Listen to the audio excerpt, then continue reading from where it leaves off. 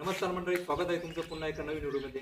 मित्रांनो, आज आपण आलेलो आहे जालना जिल्ह्यातील प्रसिद्ध असं नांगरतास महादेवाच्या ठिकाणी. आणि ह्या महादेवाला विशेष म्हणजे प्रभू श्रीरामाचे पदस्पर्शाने पावन झालेला हा परिसर आहे. तर त्याच परिसराला आपण भेट देण्यासाठी आज आलेलो आहे. आणि मित्रांनो, या ठिकाणी असं आख्यायिका आहे की प्रभू श्रीरामाने या ठिकाणी एक नांगराचे एक तास मारलेलं आहे, म्हणून याला नांगरतास म्हणून असं नाव पडलेलं आहे. पण इथे शंभू महादेवाचं मंदिर आहे आणि या मंदिरासाठी असंख्य भाविक श्रावण महिन्यात किंवा महाशिवरात्रीच्या निमित्ताने या ठिकाणी बरेचसे भाविक हजारोने संख्येने या ठिकाणी भाविक दर्शनास येत असतात. असेच एक पवित्र स्थळाला आपण भेट देतोय आणि आज त्या पवित्र स्थळाबद्दल आज आपण माहिती आज घेणार आहे आणि त्यासोबतच इथला परिसर आणि महादेवाचं मंदिर कसं आहे त्याबद्दल आपण जाणून घेऊया. चला तर व्हिडिओला सुरुवात करूया.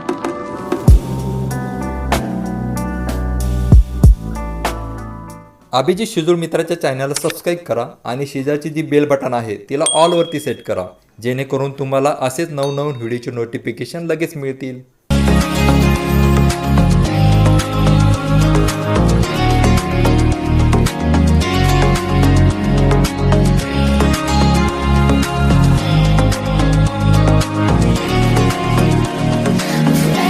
नांगरतास हे जालना जिल्ह्यातील मंठा तालुक्यातील पांगरी गावाजवळ असलेले एक जागृत देवस्थान आणि निसर्गरम्य पर्यटन स्थळ आहे. वनवासादरम्यान प्रभू श्रीरामाने येथे नांगर चालवला होता अशी आख्यायिका आहे. येथे शंभू महादेव मंदिर व रामगिरी महाराज समाधी आश्रम असून श्रावण महिन्यात भाविकांची मोठी गर्दी असते.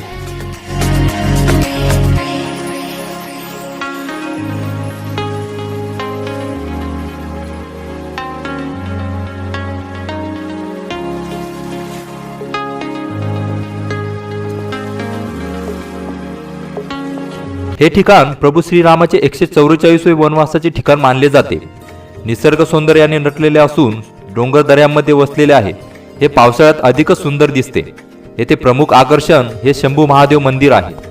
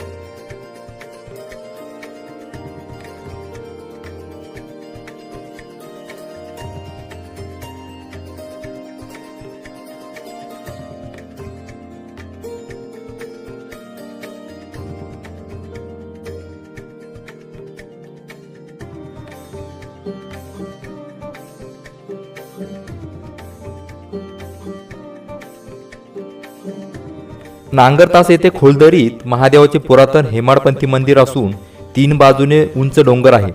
मंदिराच्या बाजूने झुळझुळ वाहणारा ओढा आहे. तसेच डोंगरावर विविध प्रकारची झाडी असून दिवसभर पक्ष्याचा किलबिलाट राहतो. अशा या निसर्गरम्य ठिकाणी अनेक भाविक भंडाऱ्याचे आयोजन करतात. अनेक जण सहकुटुंब देवदर्शनाबरोबरच वनभोजनाचा आनंद घेतात. जिल्ह्यातील अनेक शाळा रविवारी मुद्दाम नांगरतास येथे सहलीने येतात. या निसर्गरम्य वातावरणात विद्यार्थ्यांना डोंगरावर चढणे, वड्यातून झुळझुळ वाहणाऱ्या पाण्यात खेळणे, छोटा धबधबा दाखविणे, विविध पक्ष्यांची वृक्षांची माहिती शिक्षक विद्यार्थ्यांना देत असतात. नांगरतास हे ठिकाण आणि येथून 9 किलोमीटर अंतरावर असलेलं शंभू सावरगाव या ठिकाणी शंभू महादेवाचं मंदिर आहे. हे दोन्ही मंदिरे तुम्ही एका दिवसात बघायला जाऊ शकता.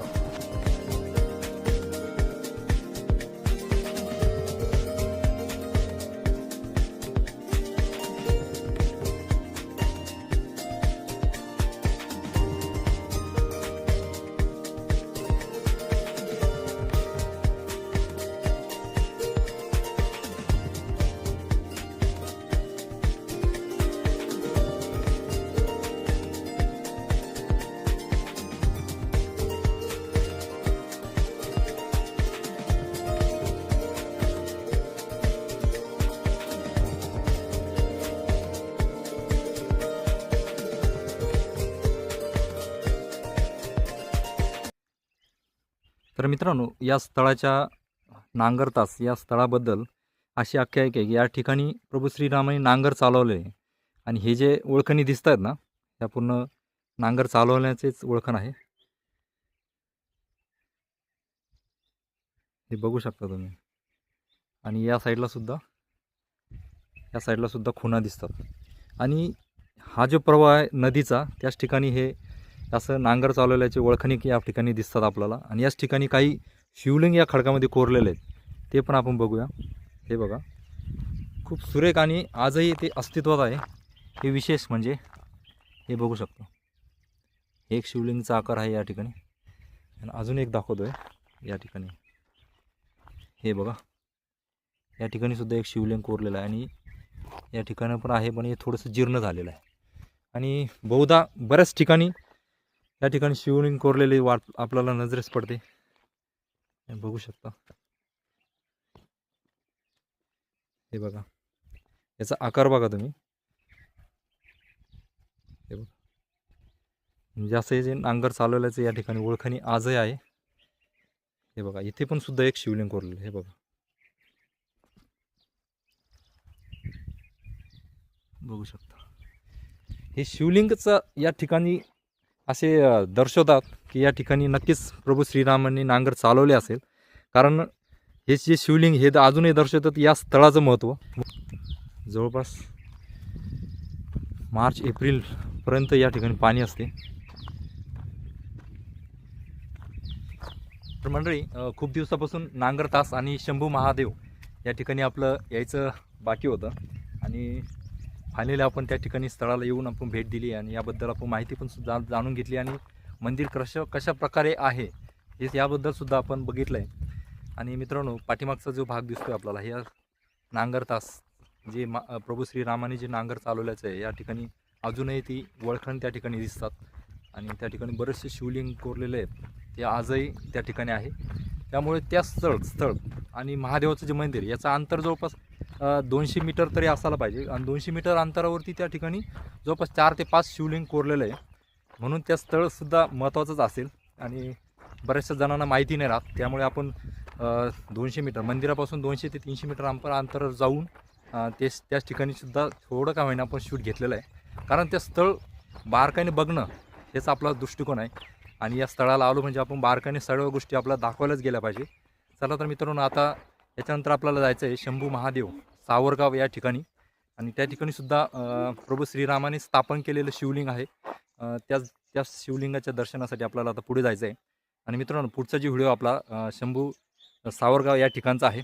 आणि आजचा व्हिडिओ आपल्याला कसा वाटला ते कमेंट करून नक्की कळवा. आणि मित्रांनो, जालन्या भागातील किंवा मंठा भागातील आपले जे नवीन मंडळी हे जे व्हिडिओ बघत असतात, तर आपल्या चॅनल नक्कीच सबस्क्राईब करा. आणि व्हिडिओला लाईक करून एक कमेंटद्वारे नक्की कळवा.